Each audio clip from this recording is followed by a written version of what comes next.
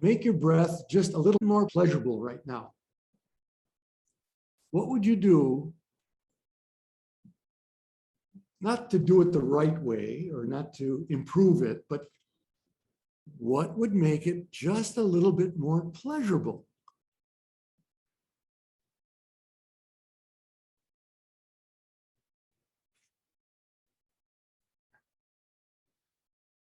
And then, what would make it a little less pleasurable? Make your breath just a little less pleasurable right now.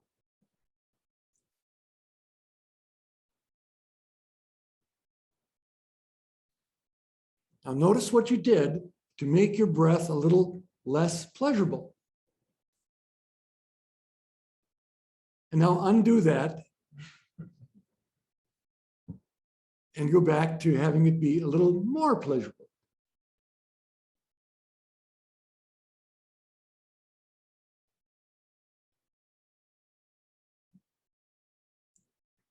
Okay, and just come back to regular old everyday breathing and bring back with you whatever you want in terms of being in your breath. So who's willing to share what you did to make your breath a little bit more pleasurable? Andy? I pictured a light, like a white light, and then like kind of a wavy water action, and it like started feeling like joyful on. Excellent. So Andy said he pictured a white light and a wavy-like action, water-like action, and it started to feel pleasurable. Okay? So, excellent. So you used a little visualization with the breathing. Is that fair? Can you do that? I guess so. See, this is all about experimentation. I consider every breathwork session an experiment. And this is why, as a breath worker, I'm not telling people what to do, because first of all, I don't think I know what everyone should do. I mean, my brain, of course, thinks it knows what everyone should do, but I know in my core, I don't know what's right for everyone. But one of my intentions in being a breath worker is that I learn from everyone. I figure if I haven't learned something in a session, then they probably haven't learned much either. So I go in, and if I have an impulse or an idea to say, oh, if you're willing, and I always say if you're willing, rather than now I want you to breathe through your ears. Come on, start breathing. That of course gives us the old "you can't make me" response. And I'm perfectly open to the person not being willing. It's not like it's a manipulation or something. It's like it may not feel right for them, and I don't want them to do it if it doesn't feel right for them. So it's a great playground. As I said, we're going to be doing a lot of sessions, breathwork sessions, and it's a great time for us to experiment. The breathwork is the art and science of teaching breath awareness and breathing techniques for enhancing the human physical, mental, emotional, and spiritual condition. So it's both an art and a science. Lenny, for example, is going to be showing you later this week pictures of the brain and things that happen in the brain around trauma. So there's a lot of science that we've discovered now in the last century that goes along with and complements things that have been practices in China, in Tibet, in India for thousands of years. They say that the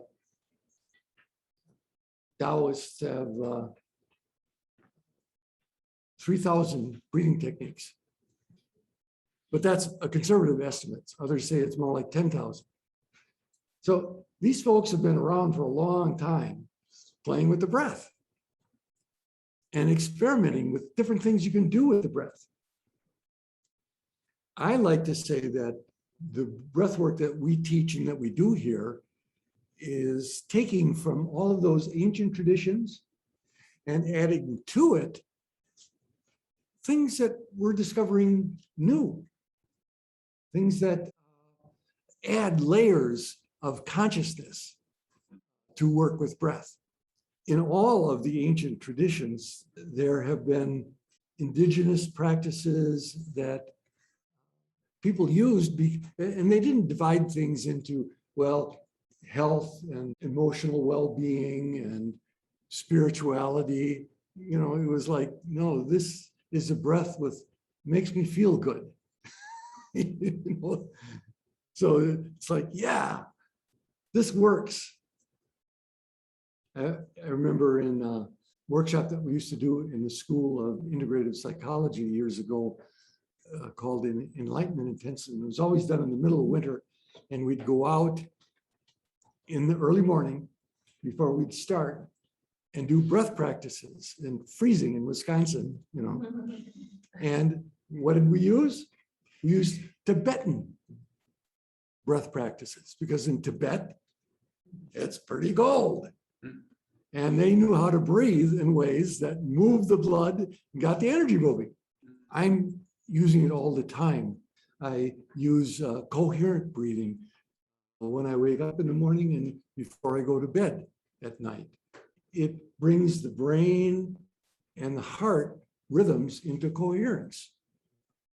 And when your brain and heart are working together, your life is working better, generally. You know, we can be all brain and or just all heart and mushy, you know. You know, it's like having both of those working together. We got the whole team on board. I like to invent breath practices. I heard that breathing longer on the exhale tends to relax you. You know, longer on the exhale than the inhale tends to relax you.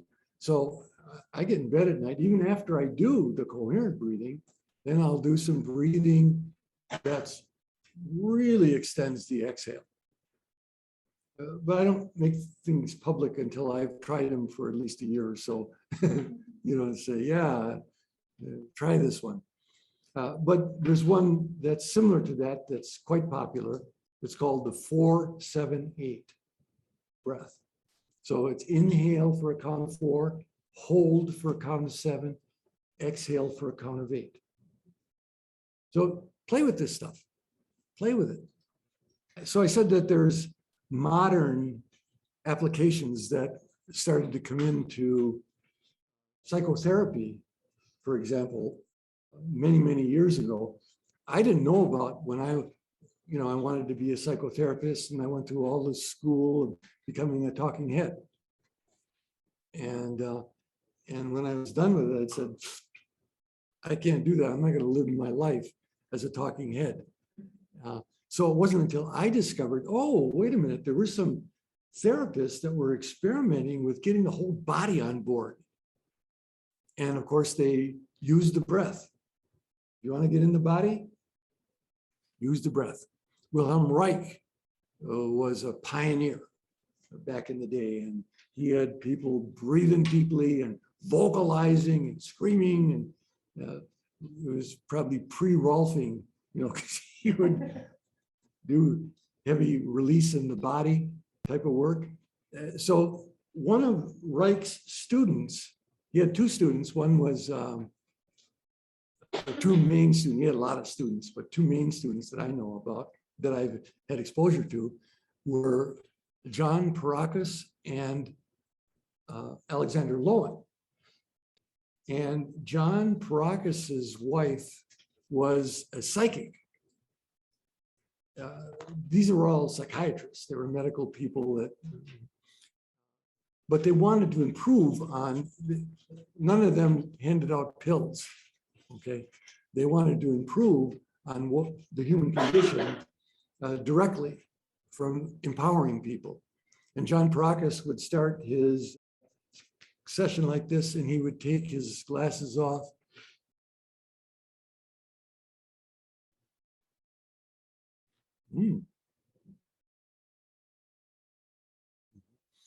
And he would see everyone's aura. So he'd go around the room and people were talking to him very loudly without using words. Okay. Now, we all have that ability and we all do it quite naturally. We don't do it consciously, though. Everyone that you connect with, you're picking up their vibes, so to speak. And as breath workers, we do that, of course.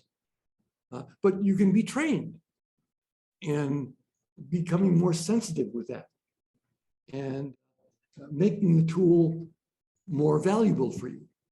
Now, the second of Reich's students, Alexander Lowan, was someone that I trained with and someone whose work I still use. And I'm going to inflict it on you this week. I'll share it with you. Alexander Lowan's wife was a physical therapist. And so he used physical techniques in doing therapy. He used bioenergetic exercises to help people breathe because he knew breathing was the core. But he also knew that a lot of people were kind of stuck in their breathing. And so he experimented with ways to help people get unstuck in their breathing. But he also noticed that one size didn't fit all. He also noticed that people in their developmental stages had certain stuck patterns, traumas, if you will, in their stages, first 6 years of life. And some of those persisted throughout their life. And so certain of these developmental stages become like beacons for us in our life. They become things that have themes that tend to be repeated. And these themes can either be constricting for us or they can be gifts. The first theme, for example, I'm not going to go into detail, but just for an example, is psychic sensitive. And this is like pre-birth, birth, and immediately after birth. And if a person is traumatized, you can have trauma in the womb. That can cause people then to live outside their body, more in their minds. My body is not a safe place to be. I'm going to be in the ethers. And they learn all sorts of things about being sensitive. Oh, let's see, that Sherry over there is kind of irritated because I didn't give her the hug that she wanted when she came in. And so I'm just going to kind of avoid her. And I'm, we pick up vibes in the Vietnam War. People who were highly psychic sensitives were the ones sent out into the jungle and the ones that survived. Because they knew, sniper, 3 o'clock, let's go this way. So the thing is, when you integrate these things, they become strengths. They become gifts. And some of our greatest artists, Van Gogh, he was fighting with his body, cut off his ear. But wow, could he see that starry night? Could he see realms of energy? And so Alexander Lowan charted these themes, and he used pathologizing type of terms because that was the medical thing at the time. We've changed them to emphasize the strengths of these themes, okay? You focus on the negative, that's what you get, more negative. So we've changed them. And we noticed that a psychic sensitive is going to breathe what they would call a full and free breath. Another body theme would say, oh, they're hardly breathing at all. Yeah, but their body is very different. It's for them to open up and breathe like a inspirational leader type, they'd be way too much.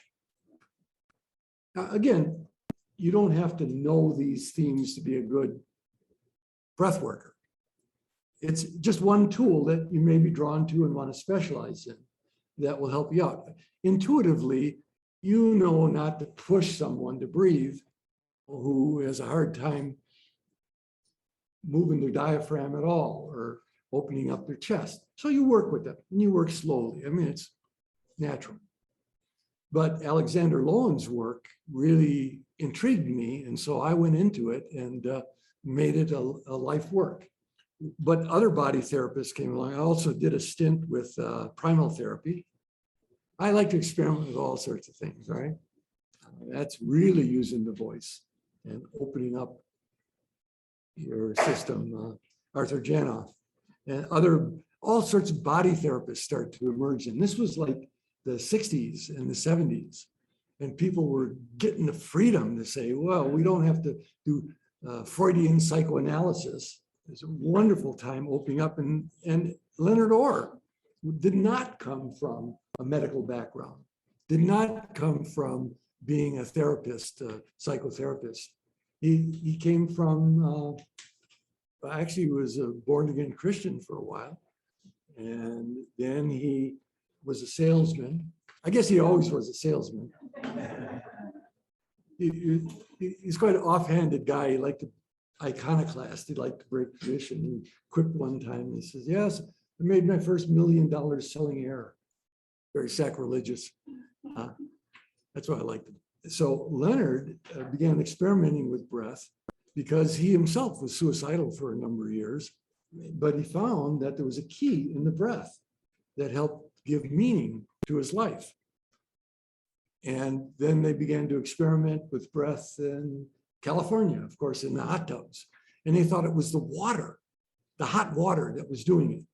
And of course, not wearing any clothes, that helped. You know. And and then I don't know, someone's hot tub broke one day and they said, well, let's breathe anyhow, you know. And they found, oh, this stuff works without the water, you know. And so it was the air, and they started experimenting with the breath and breath releases.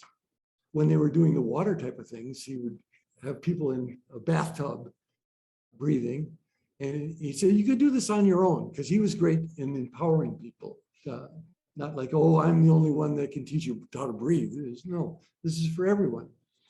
And he'd say, you go in the tub and you breathe fully and freely until you get to that point where it's like, okay, that's enough. I got to get out of here. And then you keep breathing.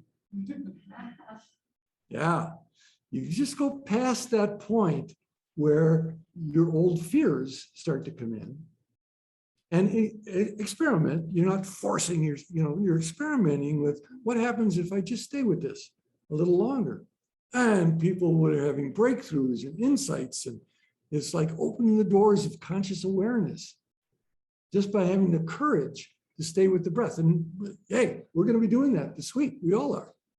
About the same time, Stanislav Grof was also experimenting with breath, because he had started out with LSD therapy, and they outlawed it. And he said, well, how can we have altered states of consciousness? So he went back to shamanism. And how do you breathe to get altered states of consciousness that you can learn from? And he developed holotropic breathwork, which again is still very popular and uses music to help induce those states of consciousness. So I was involved with Leonard Orr back in the day, in the 70s. At that time, then, when we started going off and developing our own ways and own doing it. And my way, eventually using, we don't invent these things on our own. You know, we're all working for the same boss. You know, the spirit of breath leads us to this training, to that school, to read this book. We're guided somewhere that hits the button for us, and we add it to our toolbox. And so therapeutic breathwork, I call it, is a toolbox. It's not a way of breathing. You can go to schools of breathing that will tell you this is the way you breathe. And they're good schools because they teach the mechanics of breathing. And they're actually very popular. One of those schools has got centers in over 50 countries. Okay. So, and I love it because they get people psyched up about breathing. But therapeutic breathwork is a little different in that we are not teaching one style of breathing. We're teaching to be sensitive to the style that's right for the person that we're working with. And that's a little trickier. Okay. I call it intuition training. So what we're doing here is a form of, yeah, you'll learn the mechanics of breathing, but then how to truly trust your inner sense, your inner guidance, to be with that person, to join with them in their breath, to co-breathe together. You know, for people who are particularly into, no, I want to know the right way to, you know, then that's not so attractive. But for people who are willing to stick with it, and I don't think therapeutic breathwork is what everyone should use. No, it's a style, a way of giving a toolbox and a roadmap. The toolbox is slower than normal breathing techniques, regular breathing techniques, and faster than normal techniques. That's the toolbox. The roadmap is, well, body themes, for example. And I don't walk around seeing people as a body type or a body theme. In fact, I got rid of the term body types. It sounds too much like categorizing people. I look at body themes because a person's external body may look one way, but the theme that's underneath is quite different. So it's training your sensitivity to hear with your body by making your body an instrument. Your body is the instrument that will tell you how to help others.